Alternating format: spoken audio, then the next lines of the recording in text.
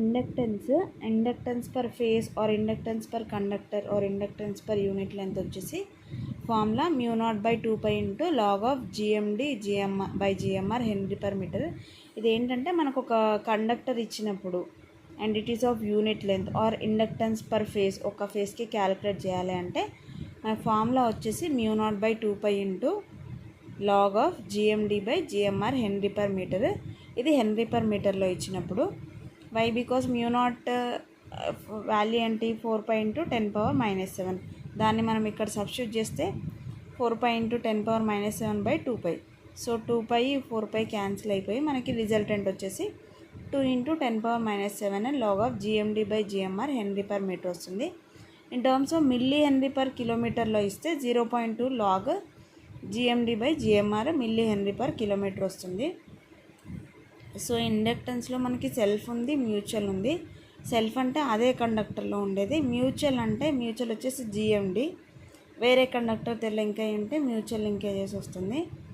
So దీన్నే log of 1/GMR - log of 1/GMD henry per metre ఇలా రాస్తాం formula. And then ఈ inductance use చేసి మనం ఏమేమి ఫైన్ చేయొచ్చు. ఇండక్టెన్స్ పర్ యూనిట్ లెంత్ ఇస్తే మనం టోటల్ ఇండక్టెన్స్ ఫైన్ చేయొచ్చు. ఇది పర్ యూనిట్ లెంత్, ఇది ఇక్కడ ఏమన్నాడు పర్ యూనిట్ లెంత్ అన్నాడు. సో లెంత్ వాల్యూ ఏమవుతుంది 1 మీటర్ అవుతుంది. అలా కాకుండా total inductance of transmission line for entire length of transmission line అంటే suppose small L is the entire length of transmission line అనుకుంటే ఈ L1 × its L అంటే మనకు ఒక 10 మీటర్స్ ఉందనుకోండి, మనం క్యాలిక్యులేట్ చేస్తాం కదా పైన ఇండక్టెన్స్ పర్ యూనిట్ లెంత్ అని, దాన్ని ఇంటూ 10 చేసుకుంటే మనకు టోటల్ ఇండక్టెన్స్ వస్తుంది. రియాక్టెన్స్ క్యాలిక్యులేట్ చేసుకోవచ్చు, టోటల్ రియాక్టెన్స్ క్యాలిక్యులేట్ చేసుకోవచ్చు. అండ్ అది ఆల్రెడీ L1 క్యాలిక్యులేట్ చేసాం కాబట్టి రియాక్టెన్స్ అంటే ఏంటి omega × L1 ohm per metre, మీటర్లోనే ఉందిగా హెన్రీ పర్ మీటర్. అలాగే టోటల్ ఇండక్టివ్ రియాక్టెన్స్ అంటే XL1 × L ఆల్రెడీ ఇక్కడ మనం డిస్కస్ చేసాం కదా, సేమ్ అలాగే. Next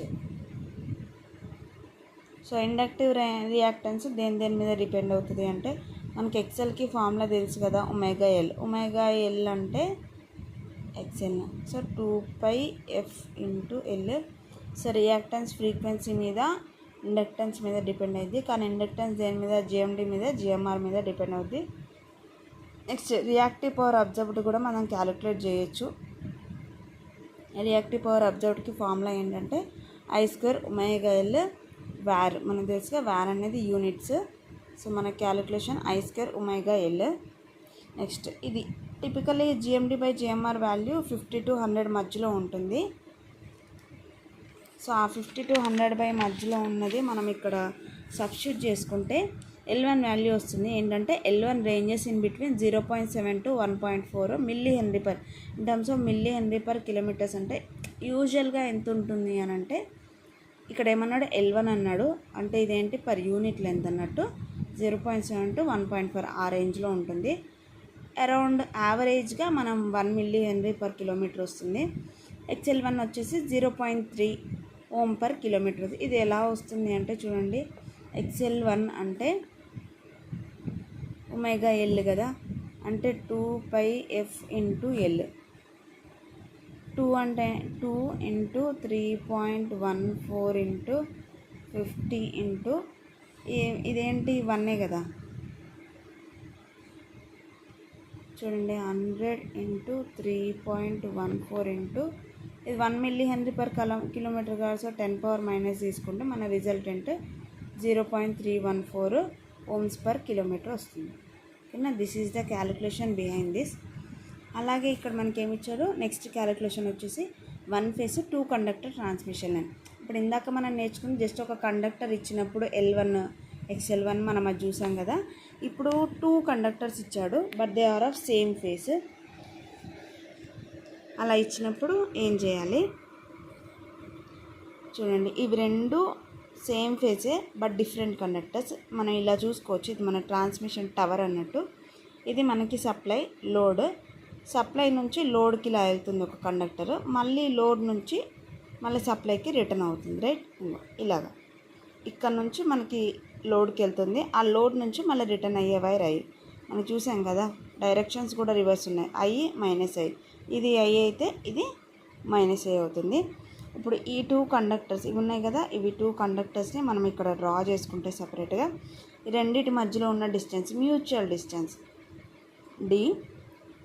next geometrical mean radius వచ్చేసి ఇప్పుడు రెండింటి రేడియస్ కూడా same conductors, so same radius r1 equal to r2 equal to r. So GMD వచ్చేసి డి అవుతుంది, జిఎంఆర్ వచ్చేసి r డాష్ అవుతుంది. ఎందుకు r డాష్ తీసుకున్నా మనం ఆల్రెడీ డిస్కస్ చేసాం కదా. జిఎంఆర్ ఎప్పుడైనా ఇండక్టెన్స్ క్యాలిక్యులేషన్స్లో r డాష్ తీసుకోవాలి, కెపాసిటెన్స్లో అయితే అవసరం లేదు, డైరెక్ట్ r తీసుకోవచ్చు. మనకు ఫార్ములా ఏంటి ఇండక్టెన్స్కి 0.2 log of GMD by GMR milli henry per kilometre. So GMD value ఏంటి డి. జిఎండి మనం డిస్కస్ చేసాం కదా, distance between the 2 conductors, 2 different conductors అన్నట్టు. సో జిఎంఆర్ వచ్చేసి ఇది సేమ్ కండక్టర్ డిస్టెన్స్, ఇది geometric mean distance, geometric mean radius. So 0.2 log of d by r dash milli henry per kilometre. In terms of henry per metre అయితే μ0/2π into log of d by r dash henry per metre. ఇప్పుడు మనము ఇవి 2 different కండక్టర్స్కి calculate చేసాము కదా, ఒకటి L1 ఇంకోటి L2 calculate చేసాము. అలా కాకుండా ఈ టోటల్ 2 కండక్టర్స్కి మనము టోటల్ ఇండక్టెన్స్ క్యాలిక్యులేట్ చేయాలంటే నథింగ్ బట్ ఈ రెండింటిని యాడ్ చేయాలంతే. ఇది చూడండి, దీన్ని మనము గ్రౌండ్ చేసేసాము, అలాగే లోడ్ని కూడా గ్రౌండ్ చేసేసి ఇండక్టెన్స్ ఇలా రాసుకుంటే LC is equal to L1 plus L2 అవుతుంది. ఏం లేదు, ఇక్కడ డిస్కస్ చేసాం కదా, L1 is equal to L2 same ఏంటి 0.2 log of d by r dash. So loop inductance అంటే ఆ రెండింటిని యాడ్ చేసాక వచ్చేది ఏమైంది డబుల్ అవుతుంది. ఇక్కడ 0.2 ఉంది కాబట్టి ఇక్కడ 0.4 log of d by r dash milli henry per kilometre or μ0/π. Observe చేయండి, అక్కడ μ0/2π ఉంటుంది, దానికి డబల్ కాబట్టి μ0/2π ఇలా ఉంటుంది ఇంటూ 2. సో 2 క్యాన్సిల్ అవుతుంది, μ0/2π log of d by r dash henry per metre వస్తుంది. ఇందులో ఏది సెల్ఫ్ ఏది మ్యూచువల్ ఇండక్టెన్స్ ఒక్కసారి డిస్కస్ చేద్దాము. సో మన ఫార్ములా వచ్చేసి μ0/2π into log of d by r dash అండ్ μ0/2π into log of 1/r dash minus r dash అంటే ఏంటి re⁻−1/4. సో ఈ d/r క్వాంటిటీని సపరేట్గా రాసుకోండి, e⁻−1/4ని సపరేట్గా రాసుకుంటే e⁻−1/4 న్యూమరేటర్లోకి వెళ్తే ఏమవుతుంది, ఇది నేను సాల్వ్ చేస్తా చూడండి. log of 1/e⁻−1/4 కదా, సో దీన్ని న్యూమరేటర్లో రాసుకుంటే e⁻1/4 ఇది టు ద బేస్ ఈ కదా, log e to the base ఈ ఏమైంది 1 అయింది, దీన్ని 1/4 log e to the base ఈ అవుద్ది, దీని వాల్యూ 1 అవుద్ది. సో మనకి వాల్యూ ఏమవుతుంది ఫైనల్లీ 1/4 అవుతుంది. సో దీని వాల్యూ ఏమైంది మనకి 1/4 అయింది. So μ0/2π into 1/4 plus log of d by r. Right, ఇదేంటి ఒక్కదాని ఇండక్టెన్స్, ఇది 1/2. సో μ0/2π ఇంటూ 1/4 ఏమవుతుంది 8π అవుతుంది. Next μ0/2π into log of d by r. ఈ టర్మ్ని ఈ రెండింటితో మల్టిప్లై చేస్తే వచ్చేదే రిజల్టెంట్ అన్నట్టు. సో చూడండి, ఇంటర్నల్ ఇండక్టెన్స్ అనేది డి మీద డిపెండ్ అవ్వలేదు, ఆర్ మీద డిపెండ్ అవ్వలేదు, కానీ టైప్ ఆఫ్ మెటీరియల్ మీద డిపెండ్ అవుతుంది. చూడండి, ఎల్ ఇంటర్నల్ వచ్చేసి చూడండి ఇక్కడ formula μ0 μr/8π into henry per metre. మనం యూజ్ చేసేది ఎక్కువ అల్యూమినియం కాపర్ కాబట్టి దానికి 1 ఉంటుంది, μr వచ్చేసి 1 ఉంటుంది కాబట్టి మనం ఫార్ములాలో μ0/8π ఇంటూ హెన్రీ పర్ మీటర్ రాసాము. μ0 అంటే 4π ఇంటూ 10⁻−7. సో ఇది క్యాలిక్యులేట్ చేస్తే మనకు రిజల్ట్ అంటే 0.05 మిల్లీ హెన్రీ పర్ కిలోమీటర్ వస్తుంది. సో ఎల్ ఇంటర్నల్ డి మీద డిపెండ్ అవ్వట్లేదు, చూడండి ఫార్ములాలో డి లేదు, ఆర్ లేదు, μr మీద మాత్రం డిపెండ్ అవుతుంది. కానీ మనం యూజ్ చేసేది అల్యూమినియం కాపర్ అలాంటి వైర్సే కాబట్టి వాటికి ఆల్మోస్ట్ ఈక్వల్ టు 1 ఉంటుంది పర్మియబిలిటీ అనేది. సో మనం μr ప్లేస్లో 1 పెట్టేసి ఇలా రాస్తున్నాం ఫార్ములా. ఇది L internal, that is always fixed in case of aluminium and copper. Next external inductance of transmission line. L external వచ్చేసి μ0/2π into log of D/R henry per metre. ఇదే కదా, ఇది ఎక్స్టర్నల్. సో ఎక్స్టర్నల్లో ఏమేమి ఫ్యాక్టర్స్ మీద depend అవుతుంది? D మీద depend అవుతుంది, R మీద డిపెండ్ అవుతుంది. μr మీద మాత్రం డిపెండ్ అవ్వట్లేదు, రైట్. సో మనకు టోటల్ రావాలి అంటే ఏం చేస్తామంటే ఇంటర్నల్ ప్లస్ ఎక్స్టర్నల్ రాస్తే మనకు టోటల్ వస్తుంది అన్నట్టు. ఇప్పుడు మనం డిఫరెంట్ కేసెస్కి ఇండక్టెన్స్ వాల్యూస్ ఎలా ఉంటాయి అనేది ఒక టేబుల్ వైజ్గా నేను డ్రా చేశాను, చూద్దాము.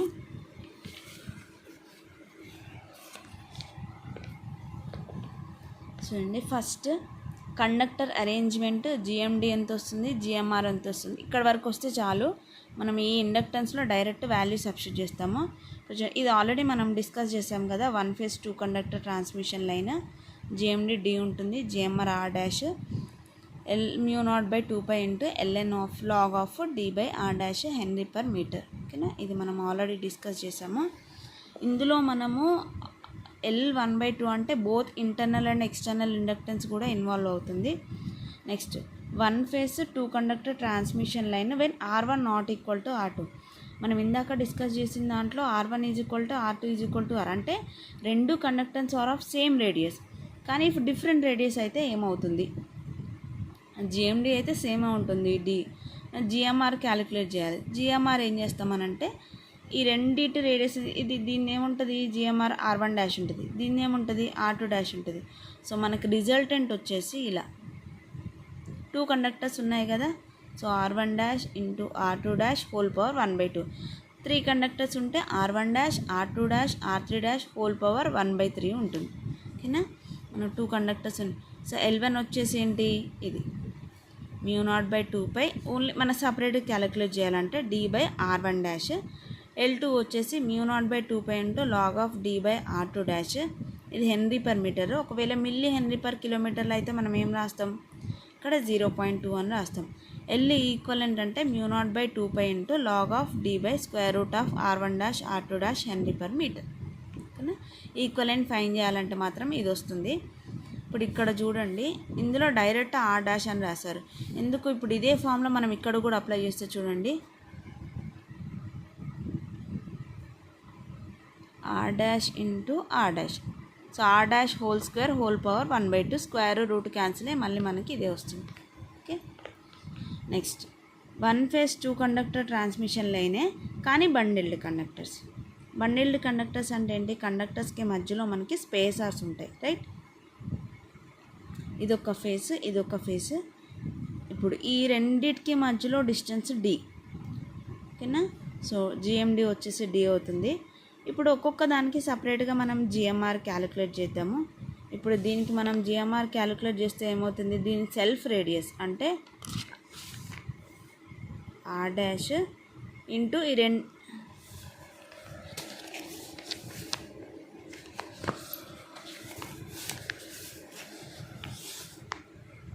R డాష్ అండ్ ఈ రెండింటికి మధ్యలో డిస్టెన్స్ ఏముంది, D1 ఉంది.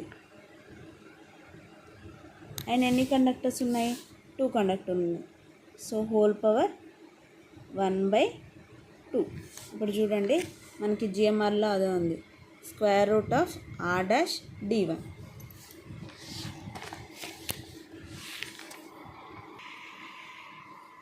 సో మనకి జిఎంఆర్ వచ్చేసి square root of R dash D1. నేను క్యాలిక్యులేషన్ కూడా ఎక్స్ప్లెయిన్ చేశాను. సో L1/2 ఏమైంది, μ0/2π ఇంటూ లాగ్ ఆఫ్ D/D అంటే జిఎండి బై వాల్యూ క్యాలిక్యులేట్ చేస్తాము. ఎల్సి అంటే ఏంటి, L1 plus L2. L1 equal to L2 కాబట్టి రెండింటిని యాడ్ చేస్తే మనకు వచ్చే ఫైనల్ వాల్యూ ఇది. Next 1 phase 1 wire transmission line, return వచ్చేసి ఎర్త్. అంటే మనకు ఒక్కటే వైర్ ఉంటుంది అన్నట్టు, ఎర్త్ రిటర్న్ అంటే ఏంటంటే ఒక వైర్ వచ్చేసి మనకి ఇప్పుడు 1 phase 2 వైర్లో ఏం తీసుకున్నాం, ఇలా ఒక వైర్ వెళ్తుంది, ఇలా ఒక వైర్ వెళ్తుంది కదా, ఆ ఇంకొక వైర్ వచ్చేసి ఎర్త్ అన్నట్టు ఇక్కడ. So distance between the 2 conductors ఏమవుతుంది, height of the transmission line above the earth. అంతే కదా, మనము 2 కండక్టర్స్ తీసుకున్నాం అనుకోండి, ఇలా ఒకటి ఇలా ఒకటి వస్తుంది, ఇది ఐ ఇది ఐ. మన జిఎండి వచ్చేసి ఏంటి, ఈ రెండింటి కండక్టర్స్ మధ్యలో ఉన్న డిస్టెన్స్. కానీ ఇక్కడ ఇంకో కండక్టర్ ఉందా, లేదు. ఏముంది, ఎర్త్ ఉంది. సో ఎర్త్కి అండ్ ఆ కండక్టర్కి మధ్యలో ఉన్న డిస్టెన్సే మనం తీసుకోవాలి, అది హైట్ అవుతుంది. అండ్ జిఎంఆర్ వచ్చేసి ఆర్ డాష్ అవుతుంది, మనకు ఒకటే కండక్టర్ కాబట్టి. నెక్స్ట్ L1 వచ్చేసి μ0/2π into ln of h/r dash henry per metre.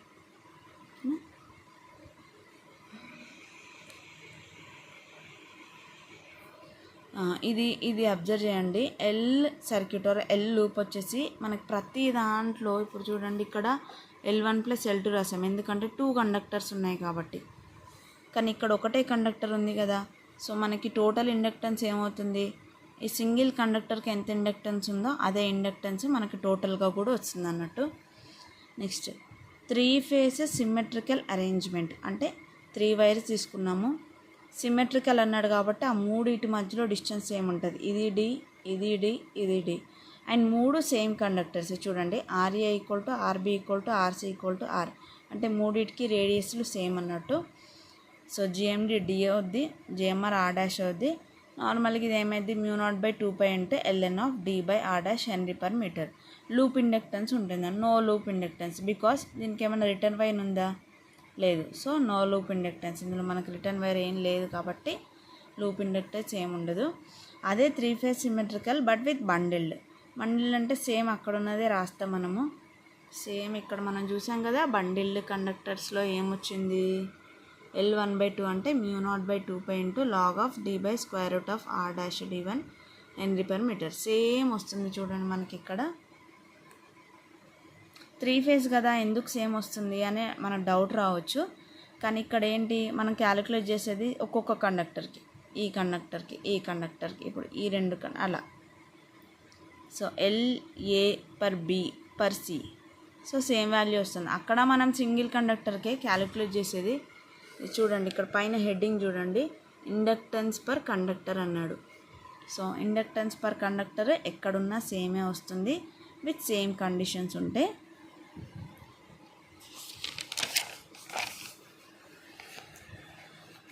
And 3 ఫేజ్లో ఎక్కడ మనకి చూడండి లూప్ సర్క్యూట్ ఇండక్టెన్స్ మాత్రం చూడండి, ఈ రో మొత్తం, ఈ కాలం మొత్తం ఖాళీగా ఉంది. Next 3 phase unsymmetrical but transposed అన్నాడు. ట్రాన్స్పోజ్ అంటే ఏంటో నేను డిస్కస్ చేస్తాను, మన నెక్స్ట్ టాపిక్ అదే ట్రాన్స్పోజనే. వై ట్రాన్స్మిషన్ లైన్ ఎందుకు ట్రాన్స్పోజ్ చేస్తారో అవన్నీ మనం డిస్కస్ చేద్దాము. సో అన్సిమెట్రికల్ అన్నాడు కాబట్టి వీటి మధ్యలో డిస్టెన్సెస్ డిఫరెంట్ ఉంటాయి, సిమెట్రికల్ అన్నప్పుడు సేమ్ ఉన్నాయి కాబట్టి అన్సిమెట్రికల్ అయితే డిఫరెన్స్ ఉంటాయి. డిఏబి, డిబిసి, డిఏసి మన 3 డిస్టెన్స్ ఉన్నాయిగా, ఇప్పుడు సేమ్ డిస్టెన్స్ ఉన్నాయనుకోండి ఏం రాస్తాము, D into D whole power, ఎన్ని కండక్టర్స్ ఉన్నాయి, 1 2 3 హోల్ పవర్ 1/3, అంటే d³ హోల్ పవర్ 1/3. ఇది క్యాన్సిల్ అయ్యేది. ఇది ఏ కేసులో, సిమెట్రికల్ కేసులో, డి ఉన్నప్పుడు. మనకి ఇప్పుడు ఇక్కడ డి ఉన్నాయా, లేవు, DAB, DAC, DBC. So cube root of DAB, DBC, DCA, అది మనకేమవుతుంది, జిఎండి అవుతుంది. సో జిఎంఆర్ వచ్చేసి R dash. Inductance per conductor అంటే ఏం లేదు, సింపుల్, మనకు ఆ ఫార్ములాలో μ0/2π into cube root of DAB, DBC, DCA, అంటే GMD R dash henry per metre, right. ఇవన్నిటికీ మనకి ఏంటంటే జిఎండి, జిఎంఆర్ వాల్యూ క్యాలిక్యులేట్ చేయడం వస్తే చాలు, మనకి ఇందులో డైరెక్ట్ సబ్స్టిట్యూట్ చేయడమే. ఇది కూడా అంటే స్క్వేర్ రూట్ ఆఫ్, ఆల్రెడీ మనం ఇది డిస్కస్ చేసాము, 3 కండక్టర్స్ ఉన్నాయి కాబట్టి cube root of D into 2d.